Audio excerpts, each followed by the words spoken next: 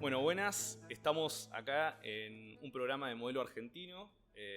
En este caso, modelo marplatense, con Gustavo Pulti, 2 veces intendente del Partido General Pueyrredón entre 2007 y 2015 y actual legislador por la quinta sección de la provincia de Buenos Aires. Bueno, es un formato nuevo, lo estamos inaugurando y es un poquito para hablar de la ciudad de Mar del Plata y el rol que cumple en esta nueva Argentina o en la Argentina que nos proponemos para un futuro. Entonces, nada, lo estamos inaugurando, así que es un poco todo nuevo. Yo quería arrancar preguntándote, como presidente de la Comisión de Intereses Portuarios y Marítimos. Y pesca. Claro, y pesca, fundamentalmente. El sábado estuviste en la botadura de un nuevo barco en el astillero Contesi, y si bien fue en un marco de alegría como cualquier nuevo barco que se produce, la misma empresa hizo una publicación donde se mostraban preocupados por la situación de la pesca en Mar del Plata y en el país en general. ¿Qué visión tenés sobre el sector y qué importancia crees que tiene o qué rol cumple el municipio en el caso en particular de Mar del Plata en pos de defender el sector? Son varias cosas. Sí. La industria naval es muy importante porque le da trabajo a mucha gente. También es una expresión del Estado en general de la política nacional que hay en relación al mar y a los mares y a los ríos. Cuanto más actividad económica hay en los mares y los ríos, más fuerte es la industria naval. Cuanto menos importancia le da a la política económica a los mares y los ríos, menos industria naval hay. La industria naval es la que hace los barcos, es la que repara los barcos, es la que produce los equipos con los cuales los argentinos se lanzan a pescar, y son los que producen las reparaciones de los grandes barcos que vienen a la Argentina a hacer reparaciones. Mar del Plata tiene astilleros, la Argentina tiene astilleros y la industria naval entonces es muy importante. Pero hay que conceptualizarla como una industria de la industria nacional. Es una industria más de la industria nacional. La industria nacional está atravesando un momento muy malo porque es maltratada por la política económica del gobierno de Milei. Es maltratada porque hay un beneficio superlativo para los productos importados. Es maltratada porque hay un dólar achatado, manipulado específicamente para estar achatado, y ese dólar achatado hace que los costos argentinos sean altos en dólares y que los costos del mundo sean baratos en dólares. Entonces eso afecta a todas las actividades económicas. Argentina cara, mundo barato.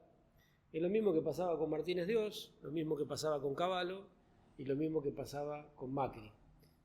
Argentina cara, mundo barato es el equivalente al DM2 que hizo famoso Martínez de Oz en Miami, es el equivalente a las playas llenas en Brasil.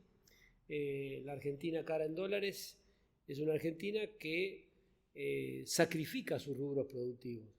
Los pulóveres de Juan B. Justo, con los costos nacionales en dólares que tienen, en este dólar subvaluado que los hace altos en dólares, no tienen manera de competir con lo que venden los chinos en Alibaba. Vos te podés comprar en Alibaba un pullover por 15.000 pesos. Y no tenés manera de comprarte por 15.000 pesos casi ni un sándwich en Mar del Plata. Hay hamburguesa que sale más cara. En consecuencia, la industria naval atraviesa por las mismas circunstancias, con el agravante de que toda la pesca, que es la que demanda mayoritariamente a la industria naval, porque la mayor explotación en los mares que hace la Argentina es pesquera, entonces la pesca está sufriendo esta circunstancia de ser cara en dólares. Y después los productos de la pesca van a un mercado internacional donde los argentinos no son los que ponen el precio lo pone el mercado internacional. Con lo cual, si suben los costos en dólares, no pueden subir los precios son los que pone el mercado del mundo. Así que esa es la razón de una enorme preocupación que fue manifestada en la botadura el otro día de este barco, y es un denominador común que tiene la industria naval con otros segmentos de la actividad económica nacional. ¿Cómo ves en ese punto el rol del municipio? ¿Crees que se puede hacer más? ¿Que quizás es una problemática que lo excede? Que, bueno, no sé, te lo pregunto también por tu experiencia en el municipio. Entiendo que conoces bien las herramientas que tiene un intendente. ¿Crees que, por ejemplo, Montenegro en este caso tiene posibilidades de defender de una forma, si querés, más vehemente la industria naval o que simplemente no puede hacerlo?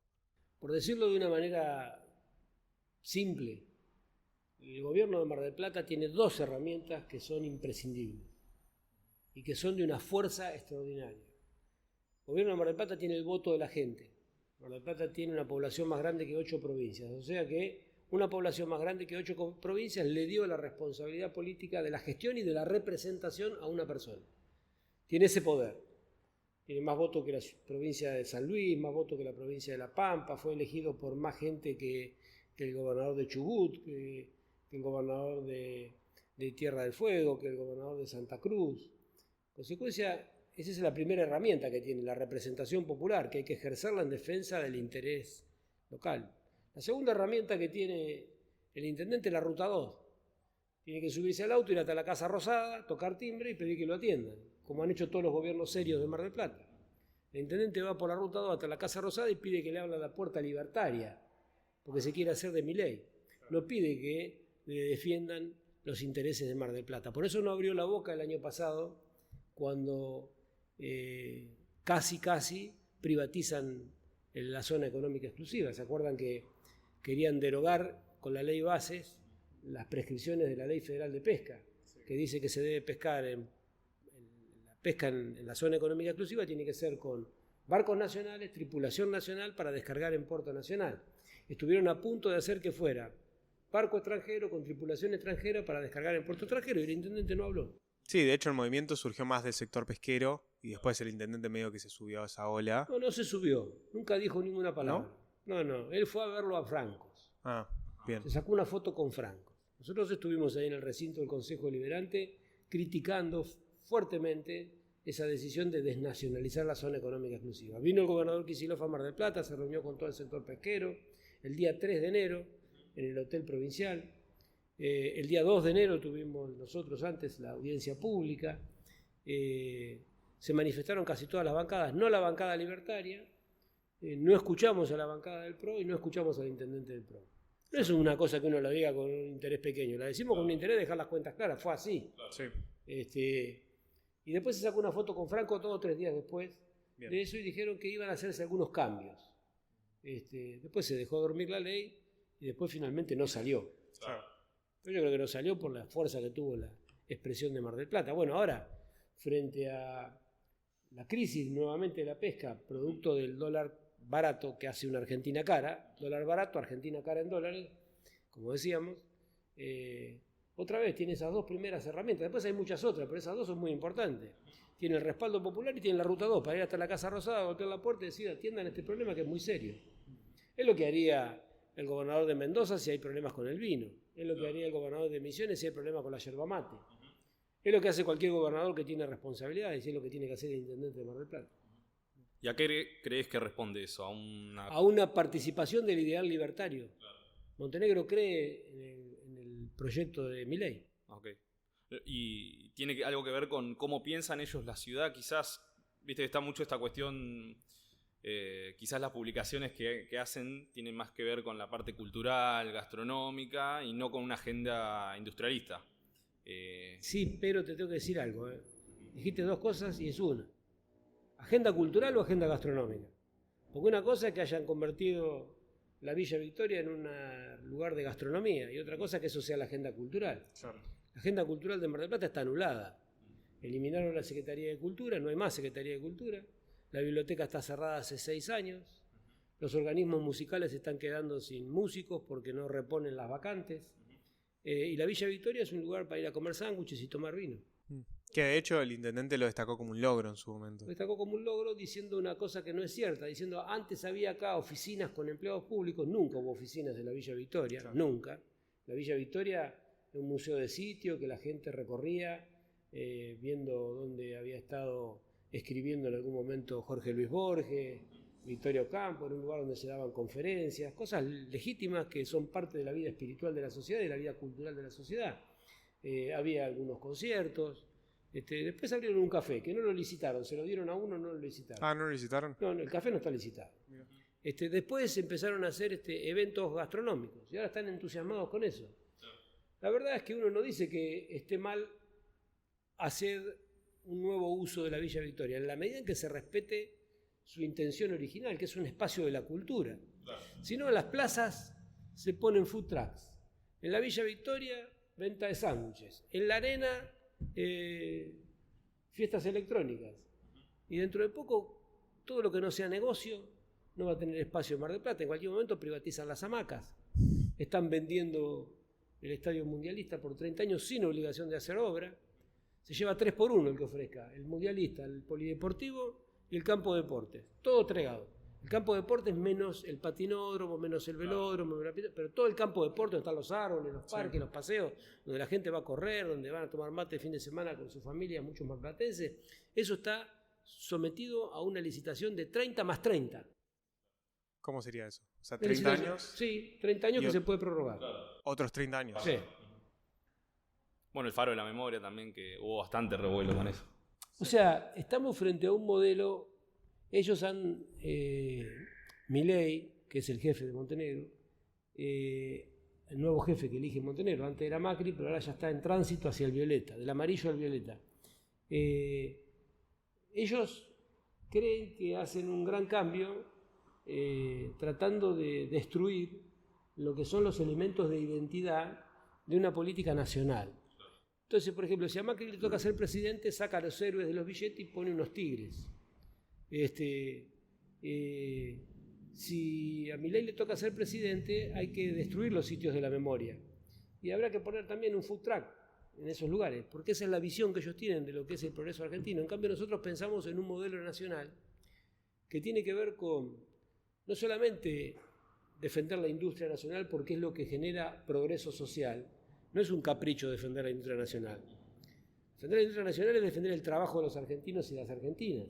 Entregar la industria nacional o reemplazarla por los negocios financieros es hacer que ganen mucha guita 4 bancos, pero que millones queden desocupados. Entonces, nosotros pensamos en un modelo nacional que tiene que ver con el trabajo, con la producción, pero que también tiene que ver con la soberanía en el mar, que también tiene que ver con la identidad histórica, que también tiene que ver con la expresión política, pública, social de los intereses del pueblo. Pues fíjate que hay algunas palabras que están exiliadas, deportadas del lenguaje libertario. Nunca se dice trabajo, nunca se dice industria, nunca se dice soberanía, nunca se dice memoria histórica. Y cuando están quitando esas palabras, están trabajando en lo que ellos llaman la batalla cultural para reemplazar la idea de una nación y convertirla en un espacio para los mercados. Ellos se proponen convertir nuestra nación en un espacio para los mercados. Por eso no les sirve que seamos una nación. No les sirve que vos te acuerdes del manifiesto de Moreno cuando decía si los pueblos no se ilustran, si no se vulgarizan sus derechos, si cada hombre no sabe lo que vale, lo que puede y lo que se le debe, nuevas ilusiones sucederán a las antiguas y será tal vez nuestra suerte mudar de tiranos sin terminar con la tiranía. No les sirve ese recuerdo al gobierno libertario. Al gobierno libertario le sirve que vos no tengas memoria, que no sepas quién fue Moreno. ¿Por qué?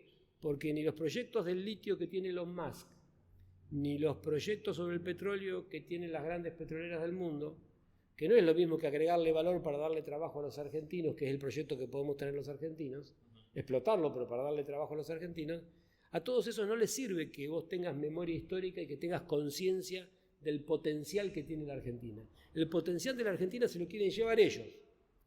El potencial de nuestro país lo quieren explotar ellos. No quieren que haya un pueblo consciente. Un pueblo consciente tiene conciencia de lo que pasó, tiene memoria histórica, sabe con quién vino Martínez Dios y con quién vino Videla. ¿Qué pasó después de Videla y Martínez Dios? Liquidaron una generación entera, liquidaron la industria nacional, se multiplicó la deuda externa, que era de 3.500 millones de dólares cuando fue el golpe de Estado, y terminó en 45.000 en 7 años. Eso es lo que han hecho ellos con la Argentina. Entonces, ahora como están haciendo lo mismo, el año pasado la deuda externa se incrementó en 69.000 millones de dólares. El año pasado, en un solo año. Si vos tenés memoria histórica, decís, che, pero están haciendo lo mismo. Si no tenés memoria histórica, por ahí te venden el cuento de que esto es bueno para progresar. Que te aplaudan en Wall Street, piensan que es bueno para progresar, aunque te lloren en los barrios. Bueno, una pequeña interrupción, pero ya estamos. Bien. No, justo quedamos en la pregunta. Lo que te quería preguntar es, más volviendo a tu rol actual como legislador, y particularmente, ¿qué puede hacer el gobierno provincial? Porque dentro de lo que es Mar del Plata, básicamente, y las jurisdicciones que se van superponiendo, la única que tiene como una percepción distinta sobre el rol de la industria, sobre el desarrollo nacional, etcétera, es el gobierno provincial. Y en muchos casos, por ejemplo, bueno, sector naval, pero también el resto de industrias que están en Mar del Plata, es como la única que tiene como esa intención de proteger la industria o de proteger el sector. Entonces, ¿qué crees que está haciendo? ¿Qué ves que está haciendo? ¿Y qué crees que se puede mejorar con respecto a eso? La provincia de Buenos Aires es la provincia que le aporta el 50% del Producto Bruto Industrial de la Argentina. La provincia de Buenos Aires le aporta el 38% de los ingresos fiscales al Estado federal. O sea que cada 100 pesos o cada 1000 o cada millón que cobra Adorni de sueldo, casi el 40% se lo paga Kicillof, entre otras cosas. La provincia de Buenos Aires es la provincia que el año pasado el gobierno nacional le quitó 2,9 billones de pesos. Y sin embargo la provincia de Buenos Aires, que gobierna Kicillof, se ha propuesto ser un modelo totalmente distinto al modelo nacional.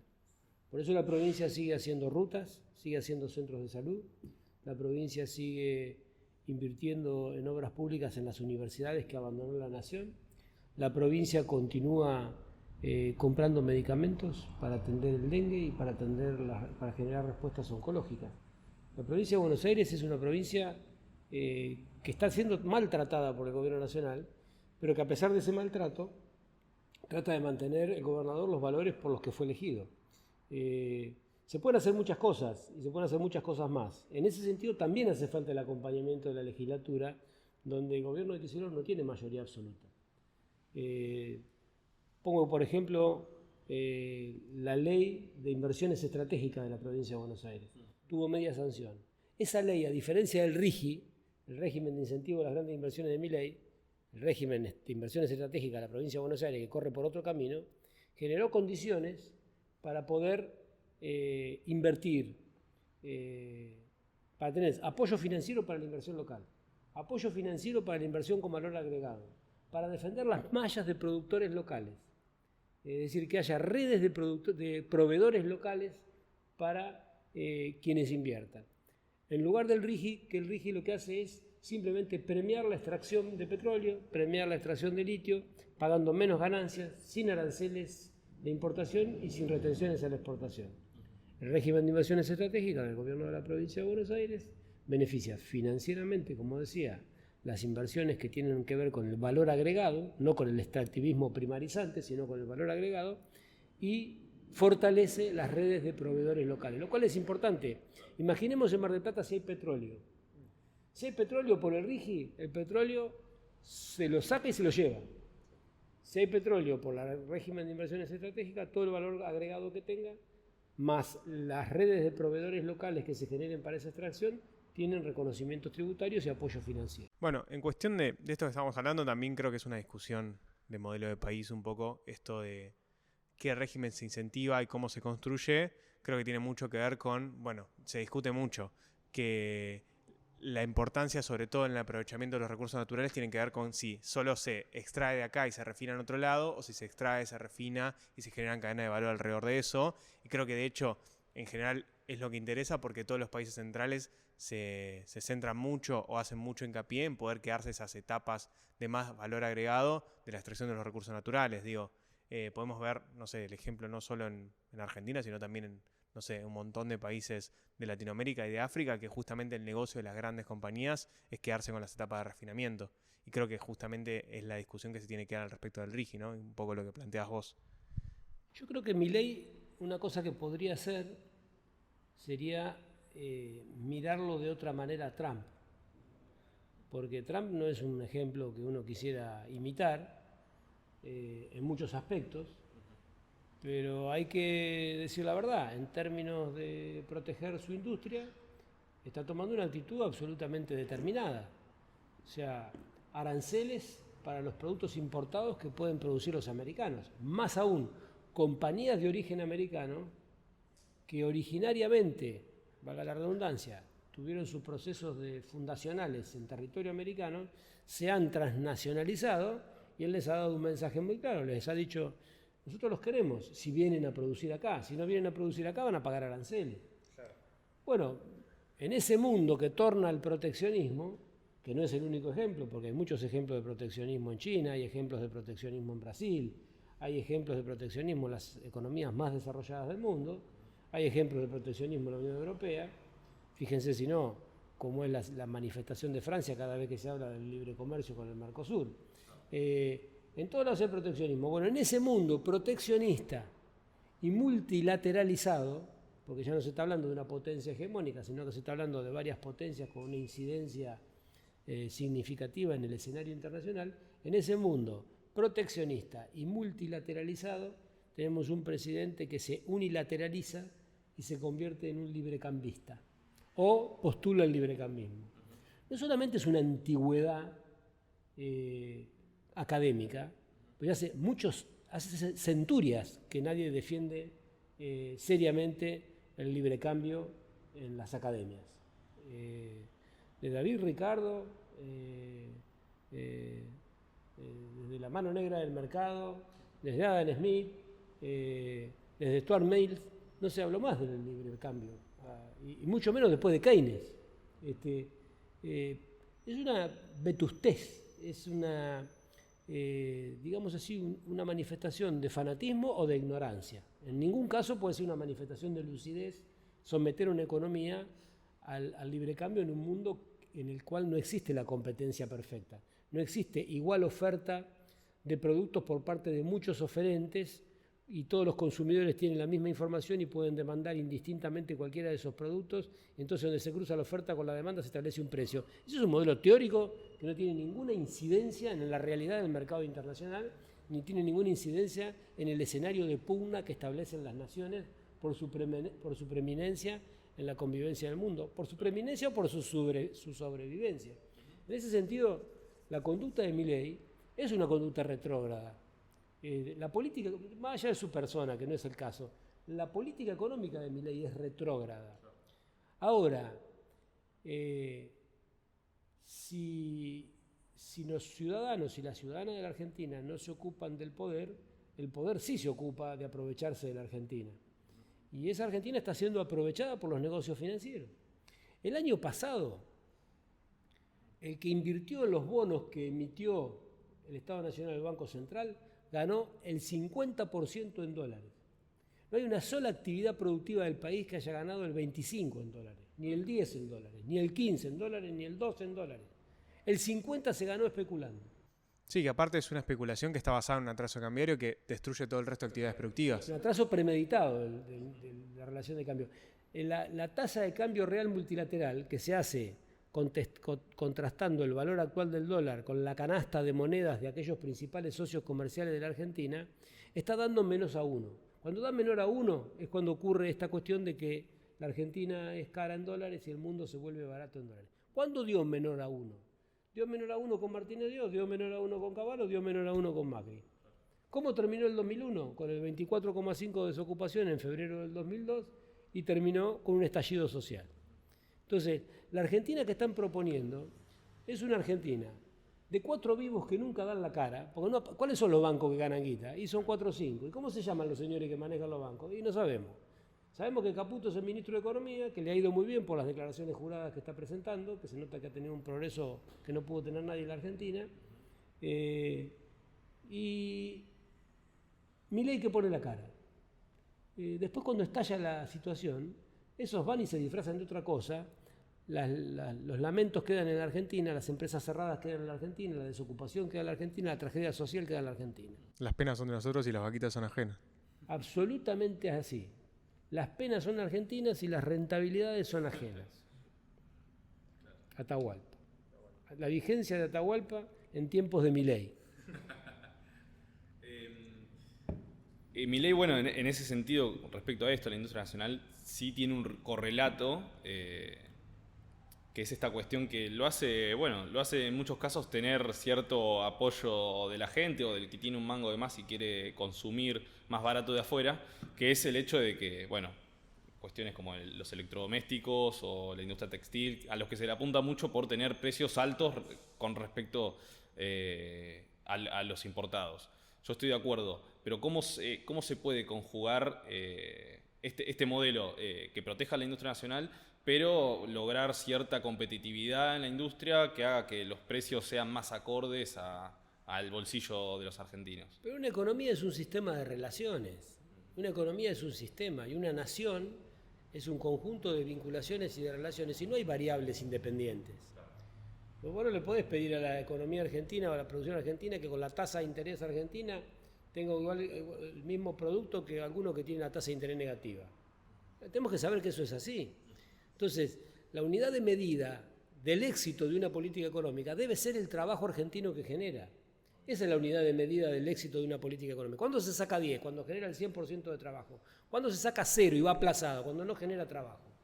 Después, no amanecemos en un mercado internacional, amanecemos en el mercado nacional. Compramos la leche en el mercado nacional. Compramos nuestras vacaciones en el mercado nacional, aunque vayas al extranjero, las compras en el mercado nacional.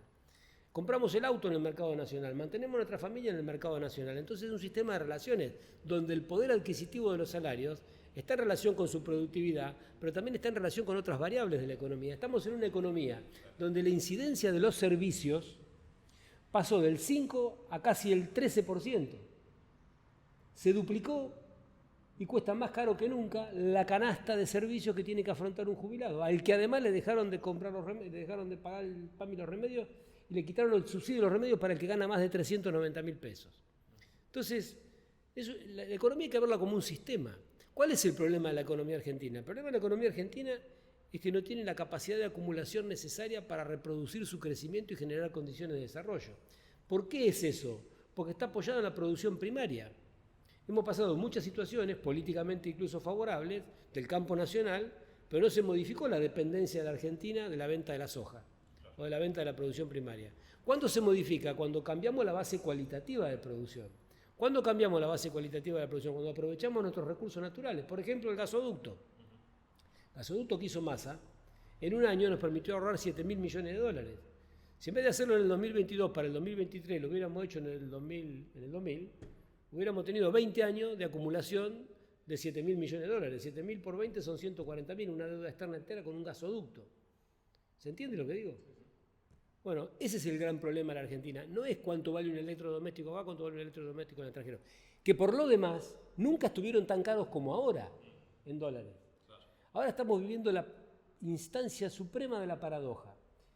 Un celular en la Argentina vale el doble que en países limítrofes. Pero el que vende celular en la Argentina igual le va mal. Un litro de leche en la Argentina vale más caro, en dólares, que en cualquier parte del mundo. Pero el que vende leche en la Argentina le va mal. La soja. Acaba de convocarse Globocopatel, el rey de la soja, acaba de convocarse. Concurso de acreedores. O sea que la soja tiene un precio regular internacional, no está tan alto. El área sembrada fue una de las más grandes, récord. La cosecha es altísima a pesar de la incipiente sequía de los últimos meses. Sin embargo, no tienen rentabilidad. ¿Por qué no tienen rentabilidad? Porque los costos de la Argentina están altos en dólares. La economía es un sistema. Y este sistema falla por los 4 costados. Al único que le cierra este sistema, esta política económica que ha establecido Milei, es al mundo financiero, que hace los mejores negocios. Nadie gana plata en la Argentina produciendo legítimamente. No ganan los hoteleros, no ganan los gastronómicos acá en Mar del Plata, no ganan los taxistas, no gana el parque industrial, no ganan los astilleros, no gana la pesca, no ganan los que producen pulóveres. ¿Quién gana? Los bancos. Este modelo ya lo vimos, la 4ª vez que tropezamos con la misma piedra. Yo creo que quizás ahí la apuesta del gobierno, especulo, pienso. No especule vos también. No, por favor. No, pero pienso también que debe ser un poco aguantar hasta que los dólares, si querés, del campo más primario, vaca muerta, por ejemplo, le den para resolver la cuenta financiera y en el mientras tanto aguantar con deuda, que en el largo plazo va a ser un país más primarizado, que quizás cierre en el macro, pero no en la micro claramente para un montón de personas, y más parecido, si querés, a otras experiencias latinoamericanas de economías primarias sin intentos industriales, que creo que es lo que diferencia a Argentina de otras economías de la región, tiene que ver con este intento de industrializarse, que puede haber quedado trunco, inconcluso, lo que sea, pero que le da otra dinámica social, económica y productiva al país. No, social no. Social no. Entonces, en ese caso, si esa fuera la hipótesis, lo que se está buscando es que la Argentina deje de parecerse a la Argentina, que tenía el 97% de alfabetizados, que tenía récord de vivienda social, que era del trabajo a casa y de casa al trabajo, que tenía legislación social de avanzada, que tenía vacaciones, que tenía salud. Estamos dejando de ser esa Argentina para ser una Argentina para la mitad de los habitantes. Y dentro de esa mitad de los habitantes, una pobre, una totalmente marginal, la otra mitad, una pobre y la otra una clase media moderada con 4 o 5 con plata. Claro. Ese es el proyecto. Bueno, ese proyecto no me gusta. No, obviamente. Milito para otra cosa. Pero creo que también eso explicaría en parte la alineación total, por ejemplo, de Milei con el proyecto estadounidense, sea quien sea el presidente, que tiene que ver con esta alineación de Argentina como el patrio trasero, igual que el resto de Latinoamérica de los Estados Unidos, que simplemente sirve para exportar algunos productos primarios y satisfacer a la industria central, básicamente de los países centrales. Está bien, pero el juicio ético digo ya, y político, es ¿qué argentino está pidiendo eso para la Argentina? Yo creo que ni la gente que votó a Milei la votó para poner de rodillas a la Argentina. La gente que votó a Milei, mayoritariamente la votó porque había cosas que no le gustaban, porque había cosas que estaban mal. Y había cosas que estaban mal, sí. Entonces mucha gente que no es militante, mucha gente que no tiene inclinación a la discusión política, miró algunas cosas, consumió alguna información también y dijo, bueno, yo no voy a votar más por esto, voy a votar a Milei. Pero no votó a Milei para que lo dejen sin trabajo. El que tiene un café, muchos, tiene un café y votó a Milei, ¿lo votó para que esta temporada nunca tengamos el 100% de ocupación? No, lo votó porque pensó que iba a estar mejor. Entonces nadie le pidió al presidente de la nación que haga de la Argentina lo que nunca fue ni quiso ser. La Argentina nunca fue ni quiso ser un país sin trabajo, un país sin industria. La Argentina fue un país pionero del progreso en América Latina, con más progreso que otros. ¿Y eso estuvo mal? No, estuvo muy bien. Y fue el país de después de cuando anuncia Milei que las cosas estaban tan bien. Fue el país que se industrializó. Bueno, ahí ya cuando nos metemos en la historia hay muchos elementos, ¿no? Es muy interesante la historia, porque la generación del 80 no era toda de un color, no era toda roca la generación del 80. No, de hecho Pellegrini era... Había un Pellegrini industrialista. Sobre todo el Pellegrini legislador es un Pellegrini muy industrialista. Pero había un Sarmiento paradójico que al mismo tiempo que ofendía diciendo no hay que ahorrar sangre de gaucho, sacó la ley de educación laica gratuita y obligatoria, que es el hecho democrático y social posiblemente más grande que tenga memoria un país. Toda la sociedad educada con guardapolvo blanco, con escuelas y con docentes y con chicos que aprendieron. Paradójicamente, de nuevo, es difícil explicar el peronismo sin Sarmiento, porque no hubiera habido un país industrial, hubiera habido solo un país agropastoril, si no hubiera estado alfabetizada la sociedad. La alfabetización de la sociedad fue la que permitió la educación técnica. La educación técnica fue la que permitió que tuviéramos ventajas relativas para poder tener más industrias que otros países. Y eso fue la simiente de una gran masa obrera organizada con conciencia de sus derechos y con un trabajo fabril urbano que es muy distinto al trabajo agrario casi esclavizado. Es muy importante esto que ha pasado, son las relaciones de nuestra historia. Ahora, esa historia no nos está indicando que tenemos que volver a antes de la ley de educación laica, gratuita y obligatoria. Tenemos que volver al país agropastoril. ¿Quién dijo eso? Ahí, retomando un poco eso, me parece interesante también pensar, creo que coincidimos con el análisis histórico y con lo que representa la Argentina para sí misma y como proyecto de país. Es interesante pensar en eso y ver cómo se contrasta también con el apoyo popular que tiene Milei hoy. O sea, ¿cómo se explican esas dos cosas juntas? Me parece que son distintas explicaciones para distintos fenómenos. La circunstancia del apoyo, que está medido por encuestas, no en las urnas, de todas maneras, porque siempre decimos que las encuestas nunca aciertan, pero después nos asustamos porque Milei mide en las encuestas. Bueno, veamos qué pasa en las urnas. De todas maneras, supongamos que ande bien en las urnas. Bueno, hay momentos en la historia donde la decisión de estar funcionando en el campo de los que adhieren a un proyecto o en el campo de los que cuestionan un proyecto no pasa por el resultado circunstancial. Mussolini también tuvo una gran adhesión popular. Mussolini, después de perder con el socialismo, le gana al socialismo y le gana muy rápidamente y le gana muy bien, en poco tiempo le gana al socialismo. Después de 1920-21 en Italia viene el fascismo con una fuerza electoral imponente. Multiplicó por 10 o por 12 sus legisladores en una sola elección. ¿Y eso qué significa? Que ganó el fascismo, no significa más nada. Hitler también ganó elecciones. Macri también ganó elecciones. Cavallo también fue parte de un proyecto que ganó elecciones. ¿Y eso qué significa? Significa que a veces los malos proyectos también ganan elecciones. ¿Y eso significa que los que pierden las elecciones son siempre buenos? No, a veces los que pierden las elecciones también se lo merecen. A veces también se lo merecen. Porque la sacralización de los proyectos forma parte de las conductas de fe. Y la política no es un campo para la fe. Para la fe están las iglesias, que la merecen y que se puede profesar felizmente una fe. Pero la política no es un acto de fe. La política es un acto de convicciones y de argumentos. Apasionados, si vos querés, entusiasmados, con mucha voluntad de creer, pero no tiene que ser un acto de fe y mucho menos convertir en heréticos a los cuestionamientos que haya para un momento dado. La política merece una reflexión crítica, merece una síntesis, merece una síntesis que observe en qué aspectos fue concluyente y qué aspectos quedaron vacantes o sin resolver dentro de un proyecto de nación, para poder ser mejores. ¿Y ahí en qué crees, por ejemplo, el peronismo en su última etapa que falló? Porque evidentemente Milei también es una respuesta al fracaso del peronismo. A mí, primero que nada, no me atormenta ningún traspié, porque la vida está llena de traspiés. No hay nadie que no los tenga, no hay naciones que no los tengan. Segundo, me parece que todo momento histórico merece, como decíamos, una síntesis y hace falta una nueva proyección. Yo creo que hay un problema que hemos tenido, que es que no se modificó la base productiva de la nación. Se modificaron las condiciones de consumo, pero seguimos teniendo las características de un país subdesarrollado, que tiene toda su economía apoyada principalmente en la economía primaria. Por ejemplo, es paradójico, vuelvo con la reiteración, pero está lleno de paradojas, por eso hace falta tanto el término.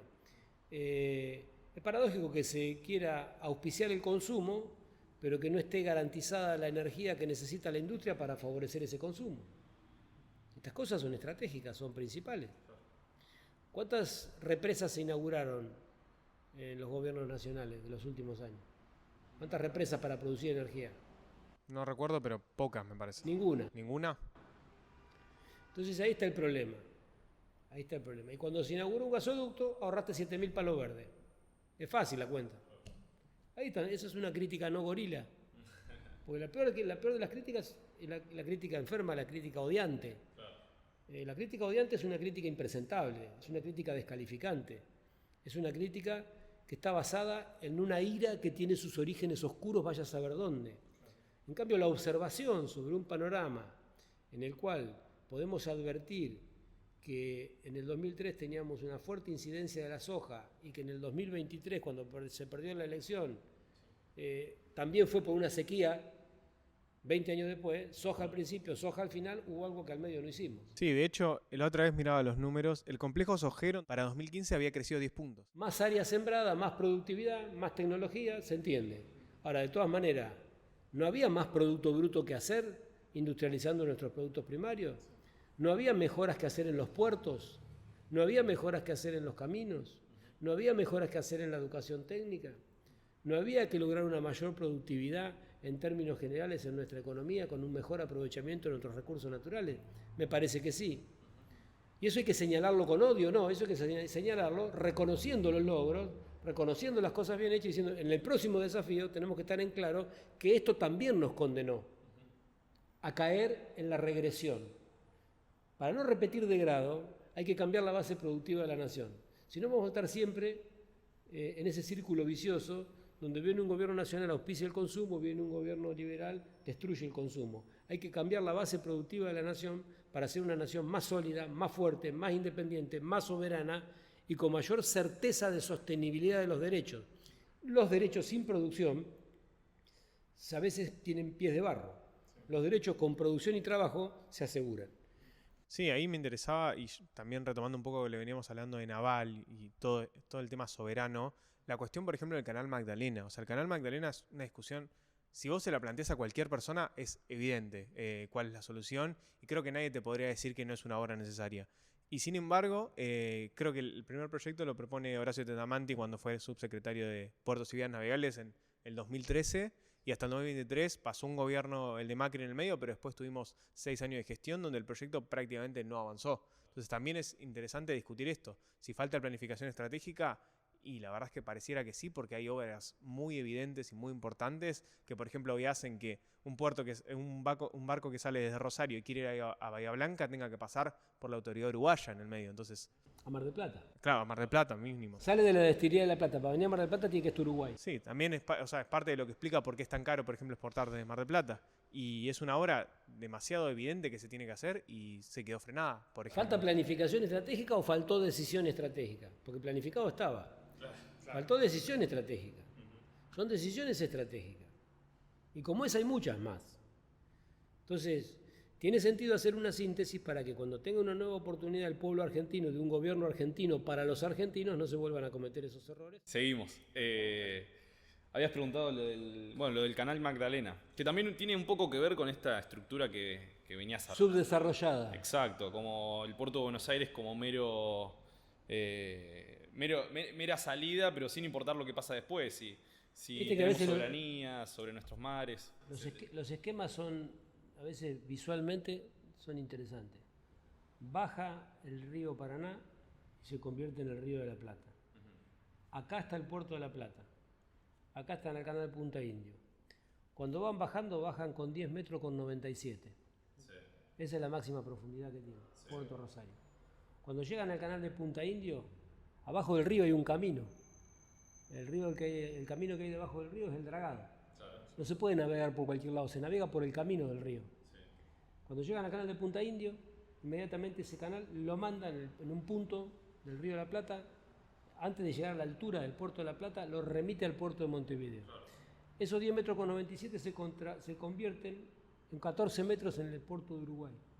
Eso, en ese tipo de embarcaciones es donde puede consolidar carga para el tráfico internacional. Entonces las navieras rigen, el mercado le ha hecho doblar en Punta Indios a los barcos. Claro. Le hizo el camino para que doblen en Uruguay. Claro. Entonces el puerto de Buenos Aires es exclusivamente un puerto de deriva, igual que el de Rosario, al puerto de Montevideo. Claro. Y tenemos un puerto nuestro, en La Plata, de 14 metros de profundidad, que podría recibir todo el tráfico internacional, la Ensenada de Barragán, claro, que tiene una historia además ligada al proceso de independencia nuestro, justamente por esas condiciones naturales que tiene, sí, que ha sido increíblemente, inopinadamente, irresponsablemente, testarudamente ignorado.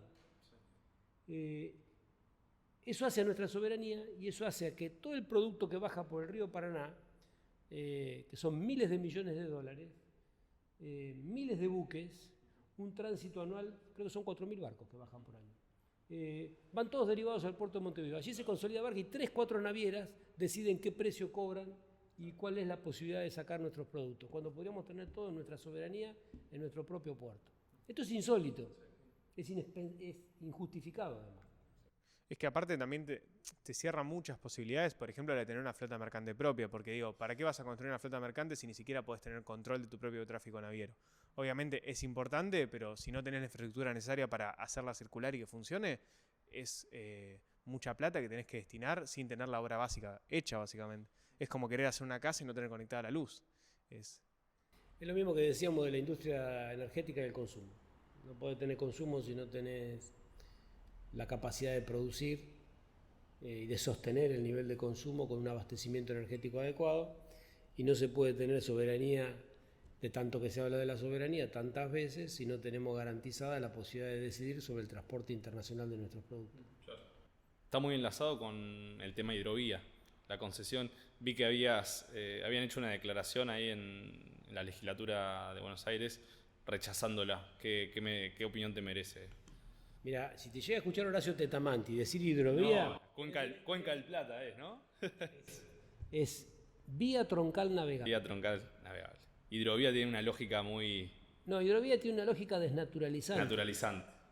Porque la hidrovía, Carece de historia. a lo que llaman hidrovía es a la conjunción de Paraguay, el Paraná y el Río de la Plata. Sí. En el Paraná juró Belgrano en la bandera. La hidrovía está en ninguna parte, no está ni en el diccionario de la lengua. Claro. Y es un anglicismo. Sí, además, claro. Entonces, desnaturaliza y le quita las calorías, lo descafeína al concepto de vía troncal navegable. Esa vía troncal navegable se acaba de licitar, se licita en estas condiciones, para licitar puertos privados de las grandes cerealeras, de los grandes traders de cereales, porque no son los grandes productores, y seguir derivando al puerto de Montevideo. Un escándalo. Solamente puede pasar en la medida en que haya ciudadanía distraída. Si la ciudadanía se torna activa e informada y se ocupa de quién tiene el poder y para qué, es muy posible que estas cosas se reviertan. Si los ciudadanos no se ocupan del poder, el poder se va a ocupar de los ciudadanos. ¿Y ahí qué crees de hecho, se ocupa. Sí. ¿Qué crees que falta para construir una ciudadanía activa, para construir, si querés, una reacción social o popular o lo que sea a esto? Está construyendo. Hace falta un nuevo momento del campo nacional. Un nuevo momento, una nueva etapa, una nueva discursividad, una nueva épica. Ser nación es una épica grata. Ser nación va a hacer felices a los abuelos y a los chicos. Ser nación va a ser plenos a las personas que tengan deseos morales y vitales de vivir en una patria con otros y con otras. Ser nación es más gratificante que ser una colonia sojuzgada, aplastada, entristecida por el verdugueo de los poderosos del mundo. Es más lindo ser nación. Sí. Es más lindo emocionarse con la nación. Sí. Es más grato, es más erótico, es más feliz. Sí, creo que aparte es una discusión que yo creo que los argentinos en general tenemos muy presente la cuestión de la nación. También tenemos muy presente, creo, la cuestión de la soberanía, sobre todo por Malvinas, por la disputa que tenemos ahí. Y creo que hay un sentir nacional que se puede elaborar, que se puede construir y que se puede fortalecer en el argentino. Lo que pasa es que está lleno de fariseos el templo. Claro. Está lleno de mentirosos, traficando opiniones, disparando adjetivos, descalificando y con muy poca invitación a la reflexión y a la información. Hay que reflexionar e informar.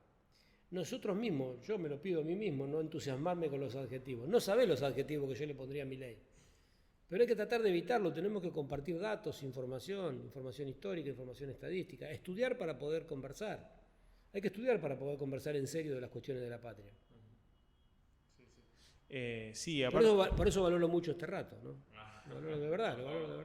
Sí. Y aparte están informados. Nosotros, intentamos porque, bueno, aparte nosotros somos estudiantes de economía y nos parece que es importante siempre a la hora de discutir usar datos, pero también es interesante cómo se da la discusión en la actualidad y creo que justamente esta cuestión, una palabra que creo que ya ha quedado medio vieja de tanto usarla, que es la posverdad, pero que tiene un sentido de época, que tiene que ver con esto de no importa si la información es verídica, si sirve, si no. Lo importante es colapsar la información a todo el mundo y lograr pegar titulares, tweets, reels o cualquier cosa que sea lo más impactante posible. Creo que la comunicación del gobierno un poco viene por ese lado y por lo visto ha sido efectiva. Entonces, ¿cómo se discute eso y cómo se contrarresta eso?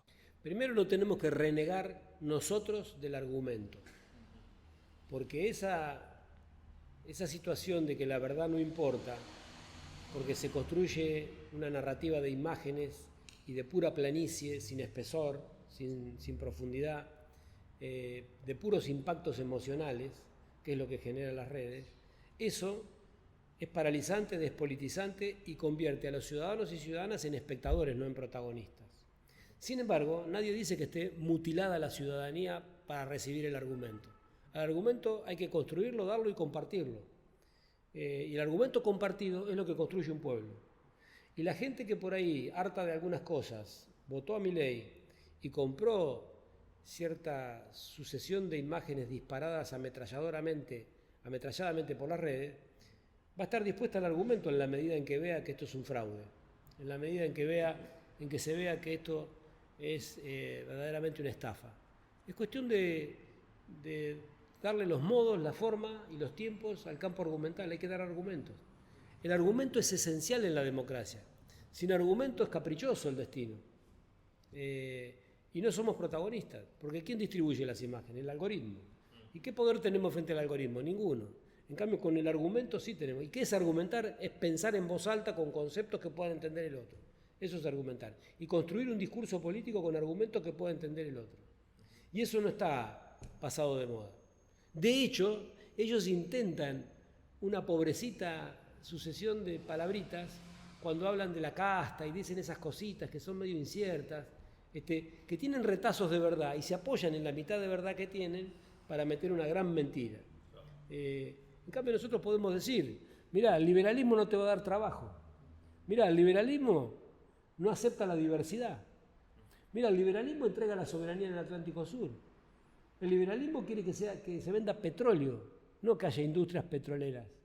Que se venda el petróleo crudo. ¿Y vos cuánto trabajas? Vos y yo podemos ir a trabajar al petróleo. ¿Qué vamos a trabajar en el petróleo? Tiene que haber trabajo urbano. ¿El trabajo urbano quién lo da? La industria o el turismo. ¿Y eso cómo se hace? Con mercado interno. Bueno, conversemos con los ciudadanos y las ciudadanas de eso. Lo que pasa es que hace falta una condición para poder participar del argumento, que es la legitimidad.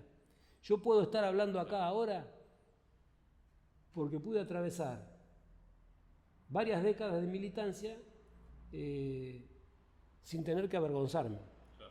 Y eso me permite argumentar y quizá alguno escuche y comparta y me diga, no estoy de acuerdo con Pulti, pero me va a escuchar.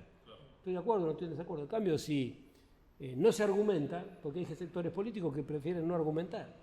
Hay sectores de la política que no es que no argumentan porque tuitean. No argumentan porque parece que son unas momias que hay que interpretarlas desde la nada, que hay que interpretarlas sin palabras. Y esa es una pretensión muy soberbia. El argumento es humilde, el argumento trata de llegar al que escucha y trata de invitar al que escucha a compartir y también a hacer una crítica y a dar una opinión. El argumento es democrático. El no argumento o es fascista o es antidemocrático, que es más o menos lo mismo. Ahí en la cuestión de argumentar me parece interesante también retomar esto, el concepto de soberanía, el concepto de nación también, porque creo que el gobierno ha logrado, desde una lógica más, si querés, estética militar, ese tipo de cosas, construir una idea de nacionalismo que en realidad está totalmente lavada y simplemente como un cascarón vacío, básicamente, pero sí creo que ha logrado como despojar de sentido esa palabra y creo que desde, si querés, una lógica más opositora, desde el peronismo, del campo nacional, como le quieras poner, no ha logrado, si se quiere, ese espacio, o no hemos logrado construir una propuesta superadora para discutir la soberanía, por ejemplo, o al menos que esa propuesta superadora llegue a la sociedad. Circunstancial y provisoriamente es así. El campo nacional viene de perder.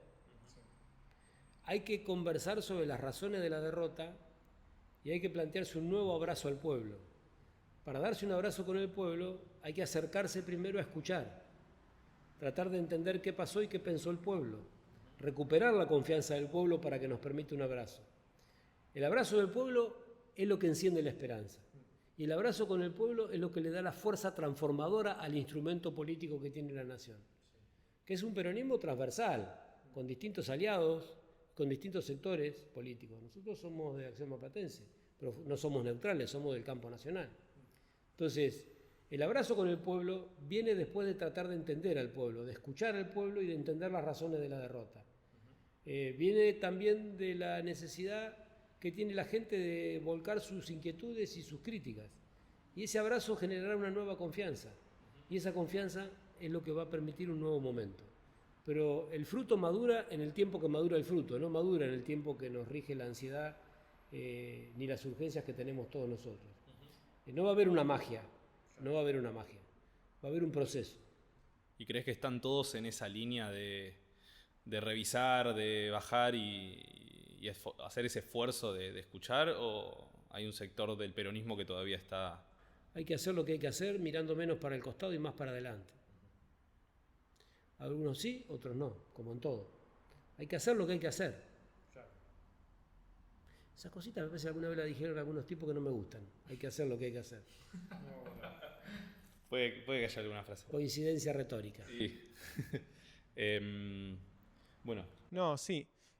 Bueno, un poco en esta discusión, ¿cómo pensás el rol de Mar del Plata? Porque creo que, a ver, Mar del Plata es muy representativa del país, creo que es la ciudad argentina, yo hasta diría más que Buenos Aires, porque creo que representa, o sea, Mar del Plata está en todas las etapas de nuestra historia, está la villa turística para la oligarquía nacional, en el momento en que éramos un modelo agroexportador y Mar del Plata era así de chiquito, después está la democratización del turismo con el peronismo, y después hay un proceso también, si se quiere, de fragmentación social o de una Mar del Plata quizás más compleja con la destrucción industrial y con un montón de procesos que generaron una dinámica social quizás más ríspida, más complicada. Creo que en eso Mar del Plata representa mucho de lo que es el país y de las complejidades que tiene. Y sobre todo también es un entramado productivo, hay un montón de similitudes que podemos encontrar. Entonces, ¿qué rol crees que tiene Mar del Plata para este nuevo proyecto nacional? ¿Qué le podemos dar? ¿Y qué le puede ofrecer Mar del Plata al país? ¿Y qué le puede ofrecer el país a Mar del Plata también para reconstruir una sociedad que a veces se nota demasiado partida? O sea, se ven muchos hechos de inseguridad y una violencia quizás cada vez más grande también en Mar del Plata. Mar del Plata es un extracto de la Argentina.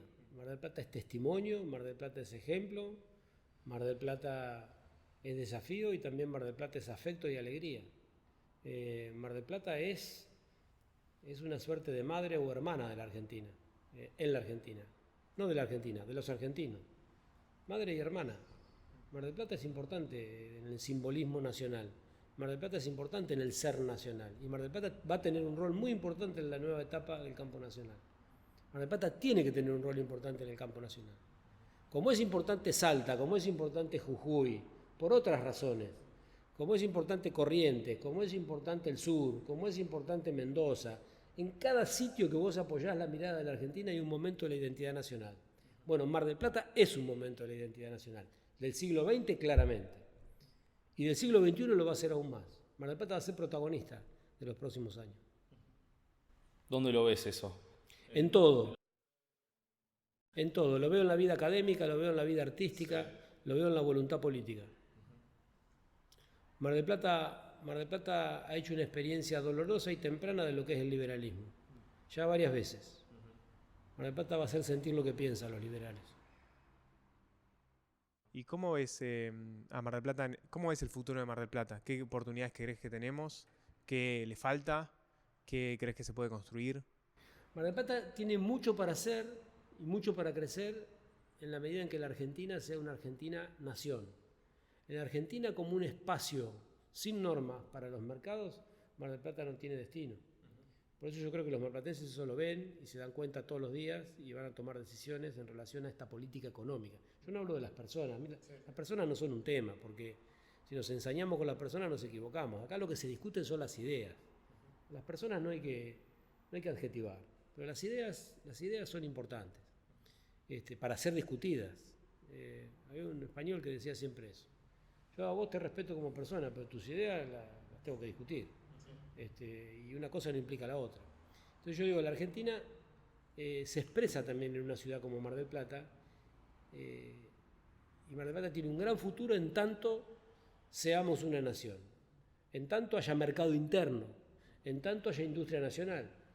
Volvemos a poner el ejemplo del petróleo. Imagínate si hay petróleo en nuestras costas, que no está descartado, a 308 kilómetros de la costa, absolutamente compatible con la vida turística, con el cuidado ambiental. Si hay petróleo y hay un espacio sin normas para los mercados, es el país de Milei. El petróleo se saca, se va y nosotros ni nos enteramos.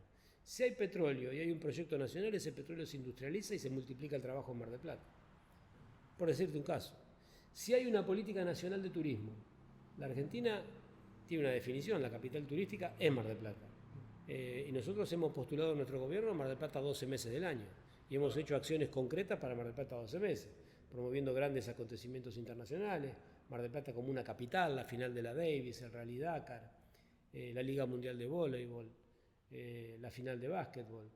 Hemos hecho cosas importantes en el sentido de trabajar los 12 meses.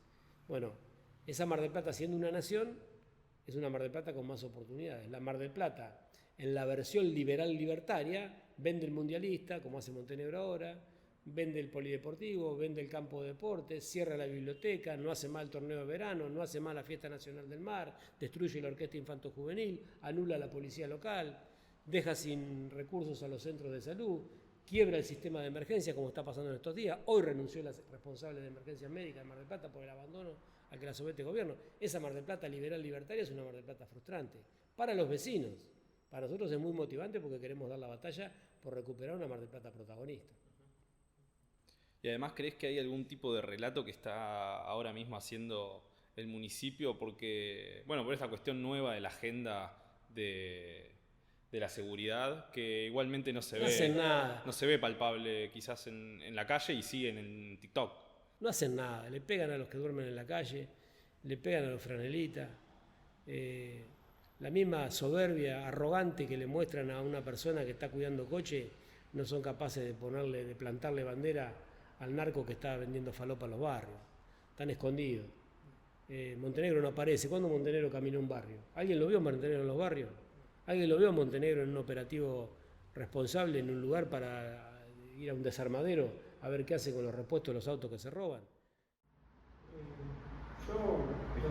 O sea, quedan un montón de temas por charlar, da para otra charla por otro momento. Pero nada, queríamos preguntarte cómo te sentiste, si todos te quedó algún tema que quieras tocar sobre lo que estuvimos hablando. Me sentí muy cómodo, me arrepiento un poco de haber estado medio apasionado porque por lo general hablar más despacio otorga más oportunidades de seducir a la audiencia. Pero me ha interesado mucho charlar con ustedes y compartir reflexiones, porque en el campo nacional es mucho más que un discurso. Es una encrucijada histórica que tiene la Argentina. Si nos quedamos sin nación, nos vamos a quedar sin progreso social, sin cultura, sin soberanía, y vamos a ver cómo a la Argentina la disfrutan otros como los argentinos. Y yo tuve un compromiso enorme con que Mar del Plata, la nación marplatense, y la Argentina, desde el campo nacional, sea disfrutada y defendida por los argentinos, que es a quien se debe y a quien nos debemos todos, los propios argentinos, la familia argentina viviendo bien, pacíficamente con todos los países del mundo, con un discurso humanista, con un discurso que defienda nuestra identidad, con un discurso que no se apoye en el odio, sino en el abrazo.